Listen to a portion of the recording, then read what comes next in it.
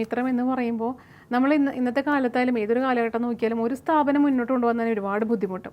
അതേ സമയത്ത് ഒരു എബവ് 2000 ബ്രാഞ്ചസ് ആണ് ഈ മിത്രത്തിനുള്ളത്.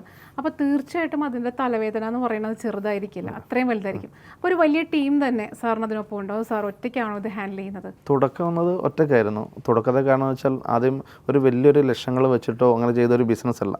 ഞാൻ തന്നെ ഗൾഫിൽ നിന്നെല്ലാം പോയി വന്നു, ചെറിയൊരു എമൗണ്ട് വെച്ചിട്ട് തുടങ്ങിയതാണ്. അതായത് ചെറിയൊരു എമൗണ്ട് വെച്ചിട്ട് ചെറുതായിട്ട് തുടങ്ങിയ സംവിധാനമാണ്. ആദ്യത്തെ സെയിൽസ്മാൻ ഞാൻ തന്നെയാണ്, ആദ്യത്തെ മാനേജർ ഞാൻ തന്നെയാണ്, ആദ്യത്തെ ട്രെയിനിങ് കൊടുക്കുന്ന ആൾ ഞാൻ തന്നെയാണ്. All in one. അതിനുശേഷമാണ് പതുക്കെ ഓരോന്നായിട്ട് ഓരോ ആളായിട്ട് കൂടുകയാണ് ചെയ്തത്.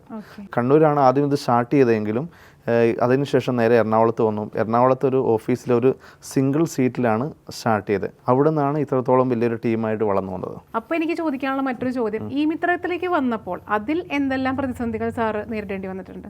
ഈ മിത്രത്തിനെ സംബന്ധിച്ചോളം ഞാനൊരു ഫ്രാഞ്ചൈസി കൊടുക്കുകയാണ് ചെയ്തത്. അവിടെ സംബന്ധിച്ചോളം എന്നെ സംബന്ധിച്ചോളം ഞാൻ ഈ കാര്യങ്ങളൊക്കെ എനിക്ക് അറിയാവുന്ന ആളാണ്. പിന്നെ നല്ലൊരു ശക്തമായ ടീമും ഉണ്ടായിരുന്നു. പിന്നെ അവിടെ വന്നൊരു ബുദ്ധിമുട്ടെന്ന് വെച്ചാൽ ആ കൊറോണ സമയത്താണ്. ശരിക്കും ആ കൊറോണ സമയത്ത് ഞങ്ങൾ തീരുമാനിച്ചാണ് ഇതെല്ലാം നിർത്താം എന്നുള്ള കണ്ടീഷൻ ഞങ്ങൾ ടീം തീരുമാനിച്ചതാണ്. ഞങ്ങൾ ടീം അടക്കം തീരുമാനിച്ചു. പക്ഷെ അന്നൊരു മനസ്സിലൊരു തോന്നൽ തോന്നി, ഇത് നിർത്തുന്നില്ല, ഏതായാലും ഇവിടെ നിന്ന് തുടങ്ങാമെന്നുള്ള എല്ലാ നമ്മൾ നേരിട്ട് 1 to 1 ചെയ്തുകൊണ്ടിരിക്കുന്ന സംഭവങ്ങളെല്ലാം ഓൺലൈനോട്ട് മാറ്റി. പിന്നെ ഇത് എസൻഷ്യൽ സർവീസ് ആയതുകൊണ്ട് തന്നെ ഈ ഓൺലൈൻ ജനസേവന കേന്ദ്രങ്ങൾ തുറന്നു പ്രവർത്തിക്കാമായിരുന്നു. അതുകൊണ്ട് തന്നെ ആ കാലഘട്ടത്തിൽ കൂടുതൽ വിജയം ഉണ്ടായത്. അതായത് സാറിന് ഉണ്ടായിട്ടുള്ള പ്രതിസന്ധിയാണ് വീണ്ടും തീർച്ചയായിട്ടും ഒരു സംരംഭത്തിലേക്ക് എത്തിയത്. അതുപോലെ തന്നെ മറ്റുള്ളവർക്കും അങ്ങനത്തെ ഒരു പ്രചോദനമാകാൻ വേണ്ടിയിട്ട് ഒരുപാട് ബ്രാഞ്ചസ് സാർ ഇട്ട് കൊടുത്തിട്ടുണ്ട്.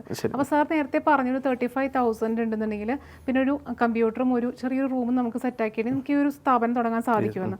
അപ്പോൾ ഇപ്പോൾ പ്രവാസ ലോകം കഴിഞ്ഞു വരുന്ന ഒരുപാട് ആൾക്കാരുണ്ട്. അപ്പോൾ അവർക്കും ഇത് വളരെ യൂസ്ഫുൾ ആയിരിക്കുള്ളൂ ഈ മിത്രം സ്റ്റാർട്ട് ചെയ്യാനായിട്ട്. പക്ഷേ ഇതിനെന്തെങ്കിലും ഒരു ഏജ് കാറ്റഗറി ഉണ്ടോ? ഇപ്പോൾ ഈ ഒരു പ്രായത്തിലുള്ളവർക്ക് സ്റ്റാർട്ട് ചെയ്യാൻ പറ്റുന്ന ഒരു കാറ്റഗറി അങ്ങനെ എന്തെങ്കിലും ഉണ്ടോ? അങ്ങനെ ഒന്നുമില്ല, ഒരു കാറ്റഗറി ഇല്ല. കാരണം ഞങ്ങൾക്ക് ഡോക്യുമെൻ്റായി വേണ്ടത് ആകെ ആധാർ കാർഡും പാൻ കാർഡുമാണ് അവരെ വേണ്ടു. പിന്നെ അവരെ സംബന്ധിച്ചുള്ള ഒരു സർവീസ് മെൻറ്റാലിറ്റി ഉണ്ടാകണം. പിന്നെ അതേപോലെ തന്നെ ഒരു ജോലി ചെയ്യാനുള്ളൊരു തോന്നലും വേണം. അല്ലാതെ വെറുതെ ഒരു രീതിയിൽ പോരാ, മടി പിടിച്ചാൽ ഒരു സർവീസ് മെൻറ്റാലിറ്റി ഉള്ള ഏതൊരാൾക്കും ചെയ്യാൻ പറ്റുന്നതാണ്. കാരണം അതിൻ്റെ വാല്യൂ എന്ന് പറയുകയാണെങ്കിൽ ഒരു നാട്ടിൽ തന്നെ പെൻഷൻ ഇല്ലാത്തവർ പെൻഷനായി കൊടുക്കാം, പാസ്പോർട്ട് ഇല്ലാത്തവർക്ക് പാസ്പോർട്ടായി കൊടുക്കാം. അങ്ങനെ ഒരാൾ ജനന സർട്ടിഫിക്കറ്റ് മരണ സർട്ടിഫിക്കറ്റ് വരെ ഓൺലൈനാണ് ചെയ്യുന്നത്. ഇത്രയും സംവിധാനങ്ങൾ ചെയ്തു കൊടുത്ത് ഒരു മാന്യമായ വരുമാനം ഉണ്ടാക്കാൻ പറ്റുന്ന ഒരു അവസരമാണ്. അതുകൊണ്ട് തന്നെ സാധാരണ ഇപ്പോൾ ഞങ്ങളെ സംബന്ധിച്ചോളം അത് പറയുകയാണെങ്കിൽ ആൻഡ്രോയിഡ് മൊബൈൽ ഉപയോഗിക്കാൻ അറിയാവുന്നവർ തന്നെ ഞങ്ങളുടെ ട്രെയിനിങ്ങിലൂടെ ശക്തമായി തന്നെ നല്ല രീതിയിൽ ബിസിനസ് ചെയ്യുന്നു. പിന്നെ അതേപോലെ തന്നെ വീട്ടിലിരിക്കുന്ന കല്യാണമെല്ലാം കഴിഞ്ഞു, പല നാട്ടിൽ നിന്ന് വന്ന് കല്യാണമെല്ലാം കഴിഞ്ഞ് ഉള്ള സ്ത്രീകളൊക്കെ വെറുതെ ഇരിക്കുന്നവർ ഇതിനെക്കുറിച്ച് മനസ്സിലാക്കി അവർക്കൊരു ശക്തമായൊരു തൊഴിൽ, ഒരു സ്വന്തമായിട്ടൊരു ബിസിനസ് ആരംഭിച്ച് ധാരാളം ആൾക്കാർ ചെയ്യുന്നുണ്ട്. അപ്പം ഇത്രയും നേരം നമ്മൾ പറഞ്ഞത് ഒരുപാട് ഫെസിലിറ്റീസ് നമ്മൾ പ്രൊവൈഡ് ചെയ്യുന്നുണ്ടെന്ന് പറഞ്ഞു. പക്ഷേ ഇതുമായിട്ട് ബന്ധമില്ലാത്തൊരു സ്ഥാപനം വരികയാണ്, ഈ മിത്രത്തിനോട് വരികയാണെങ്കിൽ അവരുമായിട്ട് എങ്ങനെയാണ് അസോസിയേറ്റ് ചെയ്യാൻ പറ്റുക? ലൈക്ക് മാർക്കറ്റിംഗ് ഫീൽഡിലൊക്കെ അവരെ ഹെൽപ്പ് ചെയ്യുന്നുണ്ടോ? തീർച്ചയായും ഉണ്ട്. അതായത് ഈ മിത്രം 3 രീതിയിലാണ് ചെയ്യുന്നത്.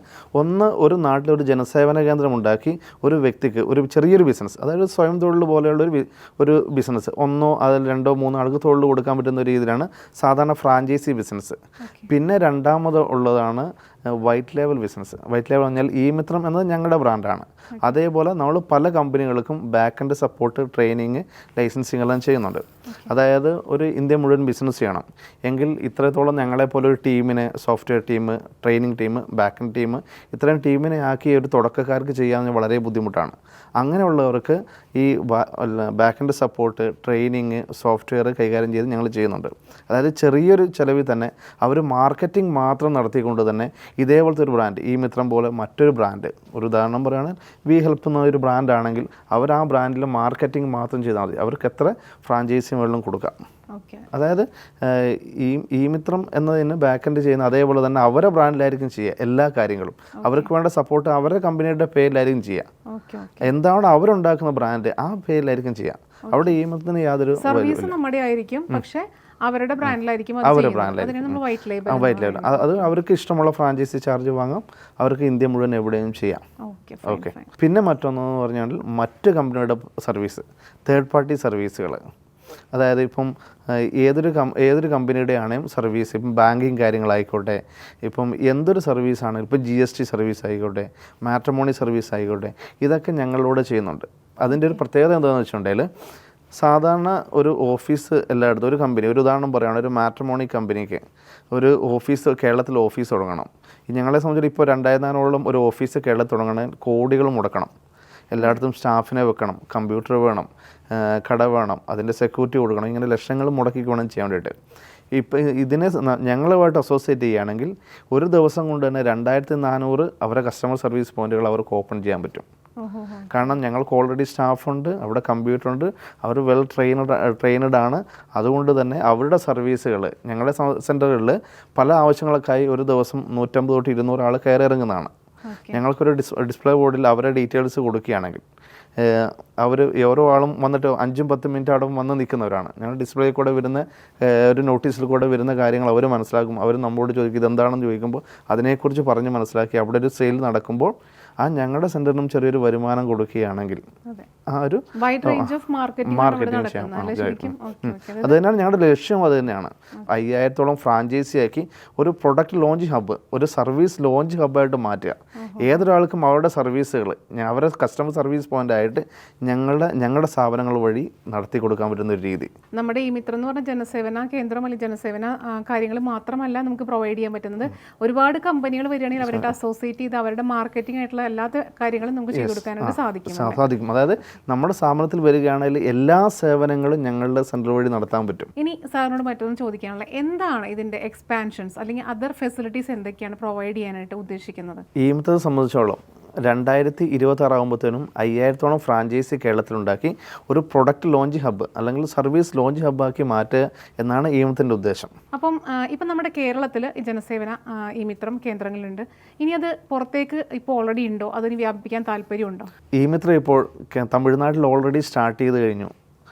അവിടെ ഫ്രാഞ്ചൈസി തുടങ്ങിക്കഴിഞ്ഞു. ഇനി അതേപോലെ തന്നെ ഇപ്പോൾ കർണാടകത്തിൽ ഒരു ടീം ബിൽഡ് ചെയ്തുകൊണ്ടിരിക്കുന്നു. അടുത്ത് തന്നെ കർണാടകത്തിലും ഉണ്ടാവും. ഈ മിത്രത്തിൽ സ്റ്റാർട്ട് ചെയ്തപ്പം ഒരു ചെറിയൊരു എമൗണ്ട് ആണ് സാർ ഇട്ടിരുന്നതെന്ന് പറഞ്ഞിട്ടുണ്ടായിരുന്നു.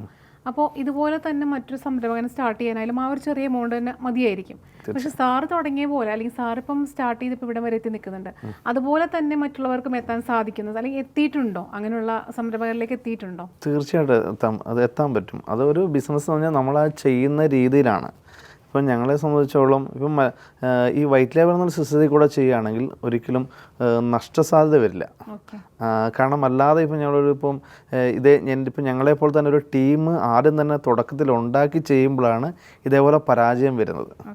ഓക്കെ, കാരണം ഇത്രത്തോളം ഈ തുടക്കത്തിൽ ഇത്രത്തോളം ഫ്രാഞ്ചൈസി ഒന്നും വരില്ല, ചെറിയ ഫ്രാഞ്ചൈസി മാത്രമേ. അന്നേരം ഈ ഇത്രയും വലിയ ടീമിനെ മെയിൻറ്റെയിൻ ചെയ്യാൻ പറ്റില്ല. അതുകൊണ്ടാണ് പല കമ്പനികളും വന്ന് നിർത്തി പോകുന്നത്.